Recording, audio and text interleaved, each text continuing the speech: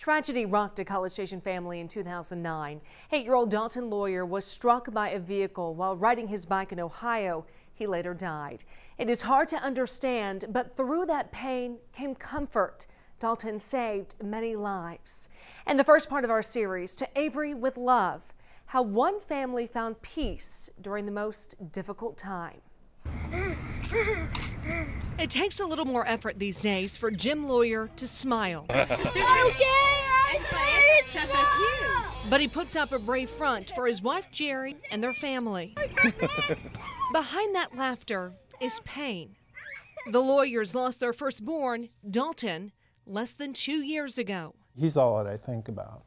And it's been 18 months and there's not a moment that goes by that I don't think about him.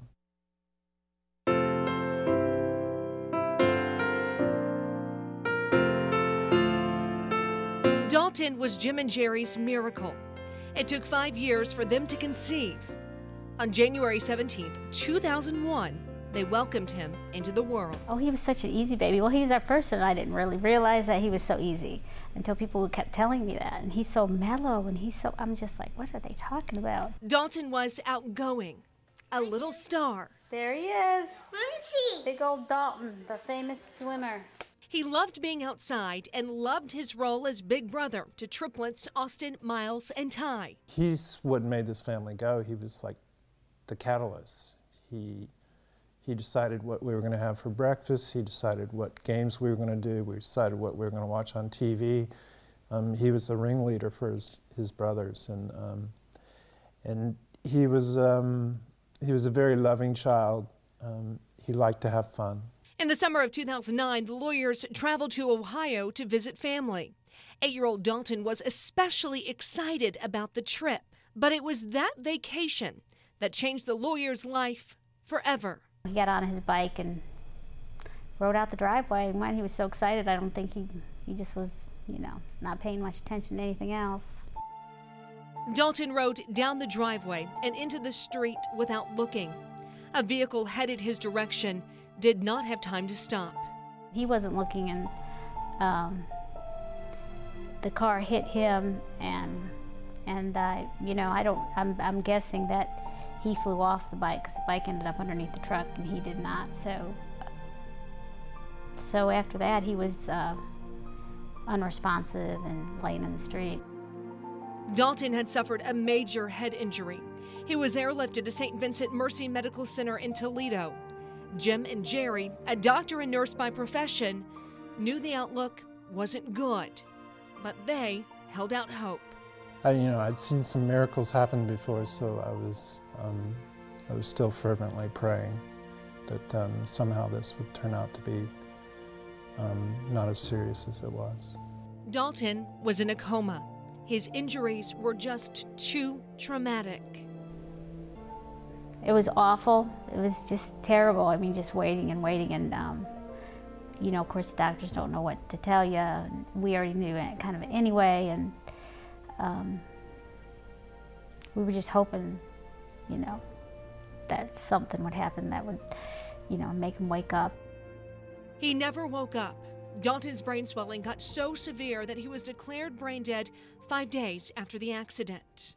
It was definitely the worst thing that I've ever been through. Knowing that there's nothing that I could do for my son. Losing Dalton was hard, but making the decision for what came next was easy. We knew that he wasn't going to need him wherever he was going, and that he could do a lot of good for some other people. The Lawyers donated Dalton's organs.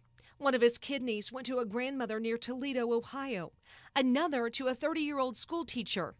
A child in Boston received his liver, stomach, and pancreas. And a little girl, also in Boston, received his heart. I remember we said, well, if we can't save Dalton, we're going to save someone else. And I truly believe that, even though I didn't know who was going to be saved. What the Lawyers didn't know then was a 5-year-old girl lying in a Boston hospital, fighting for her life, would soon receive a second chance. And tomorrow night, I will introduce you to Avery Toole, a 6-year-old little girl living in Boston who fought 5 years just to survive. Every time her heart beats, she thinks of Dalton. You know, losing someone you love is hard. Losing a child is even harder. A College Station family lost their 8-year-old son Dalton in a tragic accident in 2009. Doctors couldn't save his life, but his family wanted to save others. A little girl in Boston who fought 5 years just to survive was one of those given a second chance. Knock, knock. Avery Toole is full of energy. Oh my gosh, Chelsea, straight your head. She loves to sing. There's Thursday, there's Friday, and then there's Saturday. And she loves to draw. What you doing? Coloring roses. What you doing? She's a lot like most outgoing 6-year-olds. I know they don't look like them. But looks can be deceiving. We just thought, oh my gosh, there may be nothing we can do for her.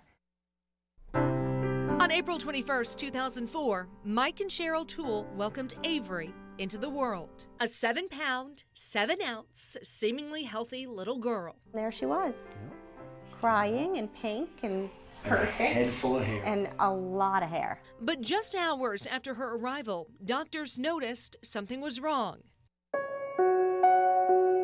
Avery had a heart murmur. She was diagnosed with hypoplastic left heart syndrome. The left side of her heart did not develop completely. The condition can be fatal, and surgery is the only option. I knew it was probably one of the worst defects you could have as a child. Like, I knew whenever you heard that, like, babies never did well. Avery was taken here to Children's Hospital Boston. She had open heart surgery at just 5 days old. It is a complicated surgery because a newborn's heart is about the size of their fist. I was just picturing her not being able to run around, not being able to be a kid. And that was the first thing that popped into my mind. Avery survived the first surgery. She had another at 6 months and 6 more operations before turning 4.5. She bounced back from every surgery except the last. Avery went into the hospital the day before Thanksgiving in 2008 and didn't get out until January. It took her a couple of months to recover, and even still, we took her home fairly weak, not able to eat a lot, had a lot of like GI belly complaints. On March 22nd, 2009, Avery's health took a drastic turn for the worse. It broke my heart because I didn't know what was going on with her. Nobody seemed to know what was going on with her. She was rushed to the hospital and went into cardiac arrest. They started doing CPR, and it was just a nightmare. And we just sat there watching, like in complete shock. Like all I could see was 0 on the monitor with no activity at all in her heart rate. And Mike was there saying, you know, come on, come on. And at one point I yelled at him because I just couldn't. I was just like, oh my God. And it was awful. Avery was placed on life support. She needed a new heart to survive. Dr. Francis Finn Thompson is Avery's heart surgeon. We had considered a couple of other options, but it was felt that the best way to go forward with her, given her heart disease and what she'd had done up to that point, and how ill she was when she came in, that in fact the heart transplant in the long term was what we thought in her best interest. A machine called the Berlin Heart kept Avery's heart pumping for 6 weeks while she waited for a transplant. On August 6th, Avery's family got the news. She's like, we found the perfect heart. And I literally, then I sort of stopped talking, and I tried to wake up and register. Avery's transplant surgery was a success. She's really sort of I think a poster child for what we're able to do now, and how heart transplantation can actually save someone's life and alter someone's life and give them a second chance. Avery left the hospital 7 months after her heart failed. It was so good to come home and just lay with her in her room and think, oh my God, I can't believe, we've gotten another chance. Avery can now run, jump, and play just like the other kids. A few steps used to make her tired. It's just great. I love the fact that I can be like, you know, Avery, wait up. I just never thought I would have to yell that. It's great. Does he have a name? Yes. What is it? I don't know. Avery doesn't talk about being sick or her transplant surgery, but she does talk about the boy and his family who gave her life. This is me. Mike and Cheryl knew saving Avery meant another child dying. I had this incredible need to reach out to them and to somehow know them. And so we wrote a letter and mailed it probably a week before Thanksgiving. My name is Dalton. A response would soon follow from a family hundreds of miles away. A family in College Station who had lost their 8-year-old son, Dalton. They decided if they couldn't save him, they would save someone else. And tomorrow night, how tragedy brought these two families together. We'll show you the emotional reunion. We were there as the Tools made their first trip to College Station to reunite with the family who gave their daughter the gift of life. A selfless gift from a College Station family has given a 6-year-old Boston girl a second chance. 8-year-old Dalton Lawyer died in 2009 and his family donated his organs. A little girl struggling to survive received his heart. Tragedy brought two families living hundreds of miles away together, and they now share a bond that will never be broken.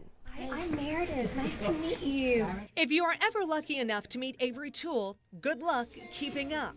Kelsey, do you like my pink roses? She is a very active 6-year-old living in Boston. Say hello with a clap, clap, clap. Making it hard to believe that a year and a half ago, she was in the fight of her life. Like, there were so many times that I thought she's never going to come home to her room. Avery was diagnosed with hypoplastic left heart syndrome as an infant. She had 8 open heart surgeries before turning 4 1/2. In March 2009, her heart failed. That was the only time I think that we just thought, oh my gosh, there may be nothing we can do for her. Avery needed a new heart. Saving her meant another child dying. Hundreds of miles away, 8-year-old Dalton Lawyer was also in the fight of his life. The College Station boy was on vacation with his family in Ohio when he was struck by a vehicle while riding his bike. He suffered major head injuries, and there was nothing doctors could do. We were just hoping, that something would happen that would, make him wake up. Dalton died 5 days after the accident. Jim and Jerry Lawyer donated his organs. I remember we said, well, if we can't save Dalton, we're going to save someone else. And I truly believe that, even though I didn't know who was going to be saved. On August 6, 2009, Avery received Dalton's heart. To see her now and just see her energy and her ability to not just keep up, but really kind of, sort of fly past some of the kids in our class is just amazing. Like, you just never get used to that. Mike and Cheryl Toole decided to reach out to the family who gave their daughter a second chance. A couple of days before Thanksgiving, Cheryl wrote a letter. Where to start? To be in the position as parents to write this letter and try to find the right words, that despite our heartfelt intentions, Forever fall short of our eternal gratitude is beyond explanation. The Lawyers received it a few days later. If you ever wish to correspond, speak, or meet, our hearts, doors, and arms will always be here for you, as you were for us. We hope our gratitude helps to carry your spirit in sorrow. Cheryl, Mike, and Avery. It didn't take long for them to respond. So I just emailed her and I said, I got your letter the other day, and I told her that it really meant a lot to me, and that if you ever want to meet the family of the boy's heart that now lies in your daughter, please respond, or something like that. Emails turned into phone calls, and a year after Dalton's accident and Avery's transplant, the two families met for the first time. It was unusually natural. Like, I don't ever remember there being an awkward moment at all. There was an instant connection. They spent a week in Martha's Vineyard, staying together in a small 3-bedroom home. By the end of the trip, they became so close that it's almost as if Dalton's brothers were Avery's. It left us with a really good feeling to know that at least this little child will have a chance. They quickly made plans for their next vacation. This time, the Tooles would visit College Station. On March 11th, they flew into Austin. The Lawyers were there to meet them. How are you? I'm like, oh, there's the. I know, you're all black. I'm wearing black in my house. I'm wearing all black. There were smiles and hugs. And it didn't take long for Avery to warm up and keep up with the boys she now calls her brothers.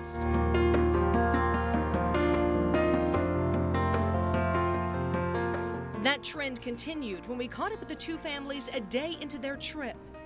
They visited Pebble Creek Elementary and College Station, where Dalton went to school. Ty! A tree is planted there in his memory. Avery was especially touched. Avery doesn't talk about what she's been through, but it's clear Dalton is a big part of her life. She knows that Dalton was someone who went to heaven. She needed a new heart. He gave it to her. He's her brother, and she's better now. I think that's probably how she looks at it right now. For now, Avery is learning what it's like to be a kid, thanks to a gift that gave her life.